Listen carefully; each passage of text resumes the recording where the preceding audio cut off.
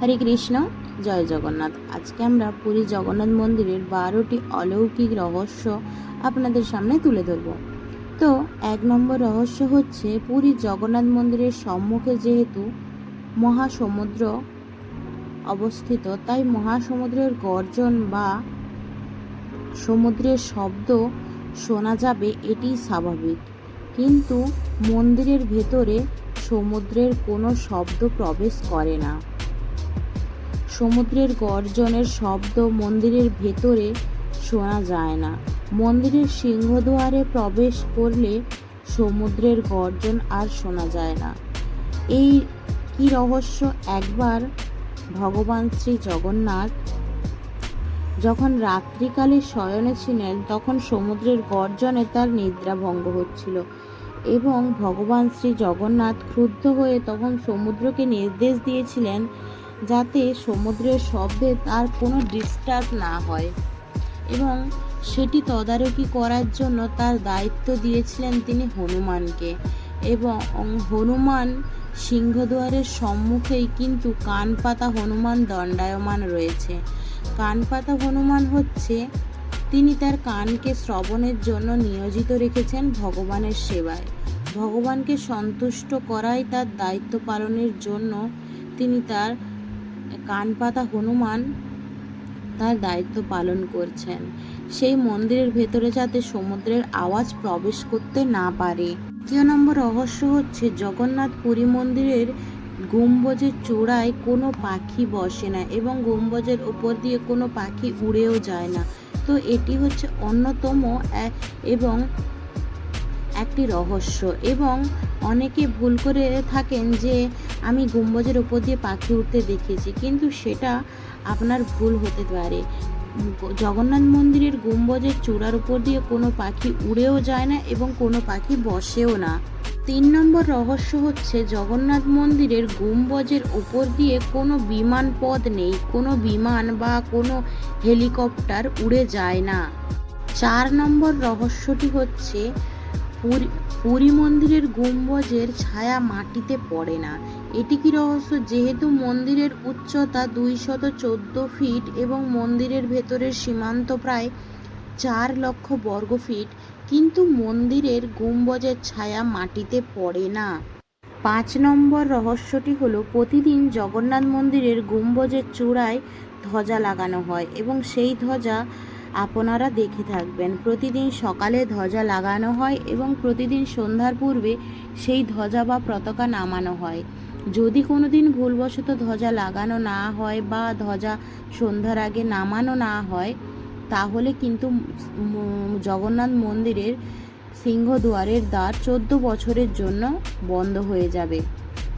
6 নম্বর রহস্যটি হচ্ছে, মন্দিরের গম্বুজের চূড়ায় যে ধ্বজা আছে সেটি বাতাসের বিপরীত দিকে ওড়ে, অর্থাৎ যেদিকে বাতাস প্রবাহিত হয় তার বিপরীত দিকে ওড়ে। এর কারণ কি?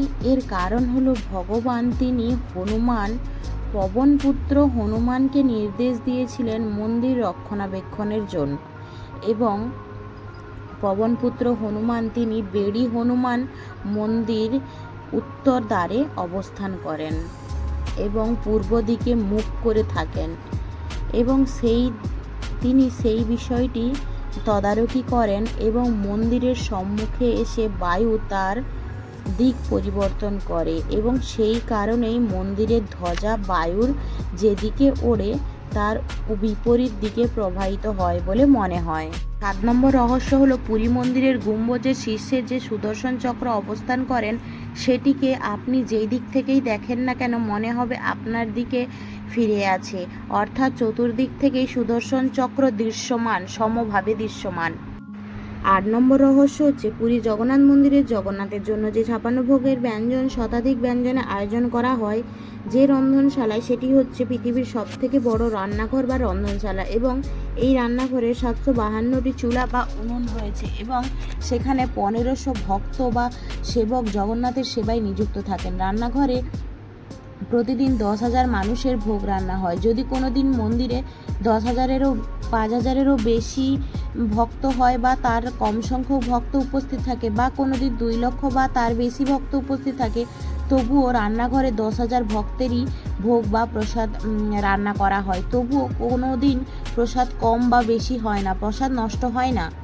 9 নম্বর রহস্যটি হলো প্রতি 12 বছর পুরী জগন্নাথ মন্দিরের জগন্নাথ দেবকে নবকলেবরে অনুষ্ঠিত হয়, অর্থাৎ জগন্নাথের নতুন বিগ্রহ স্থাপন করে পূজারীর চোখে পট্টি বেঁধে হাতে দস্তানা পরিয়ে নবকলেবর বা নতুন বিগ্রহে শ্রীকৃষ্ণের হৃদয়ে স্থানান্তরের কাজ সম্পূর্ণ করা হয় এবং পুরী মন্দিরের এলাকা তখন অন্ধকারে নিয়োজিত থাকে, যাতে কেউ সেই নবকলেবর দর্শন করতে না পারে এবং সেই পূজারীর ভগবানের হৃদয়ে স্থানান্তরের কাজ করে তার হাতে দস্তানা পরিয়ে দেওয়া হয় এবং চোখে পট্টি বেঁধে দেওয়া হয়। যদি কোনো পূজারী ভুলবশত পট্টি খুলে সেটি দর্শন করে তাহলে তার সঙ্গে সঙ্গে মৃত্যুবরণ করবে এবং ভগবানের এই নবকলেবর রূপটি প্রত্যেক 12 বছর অন্তর অনুষ্ঠিত হয়, কোনো সময় আবার 19 বছরেও অনুষ্ঠিত। 10 নম্বর রহস্য হচ্ছে ভগবান শ্রী শ্রী জগন্নাথ দেব, বলরাম দেব, সুভদ্রা মহারানী এবং সুদর্শন চক্রের যে শ্রী বিগ্রহ নির্মাণ করা হয়, সেই নির্মাণ বিগ্রহ করা হয় নিম কাষ্ঠ দিয়ে, অর্থাৎ নিম গাছের কাঠ দিয়ে, এবং এই নিম কাঠ সংগ্রহ করার উপায়টি হচ্ছে অত্যন্ত রহস্যময়। সেই নিম কাঠ হবে 4 শাখা বিশিষ্ট এবং সেই গাছের নিচে এর অংশে পিঁপড়ের ঘর বা সাপের গর্ত থাকতে হবে এবং সেই গাছ থেকে চন্দনের সুগন্ধ বের হবে এবং সেই বৃক্ষে শঙ্খ, চক্র, গদা, পদ্ম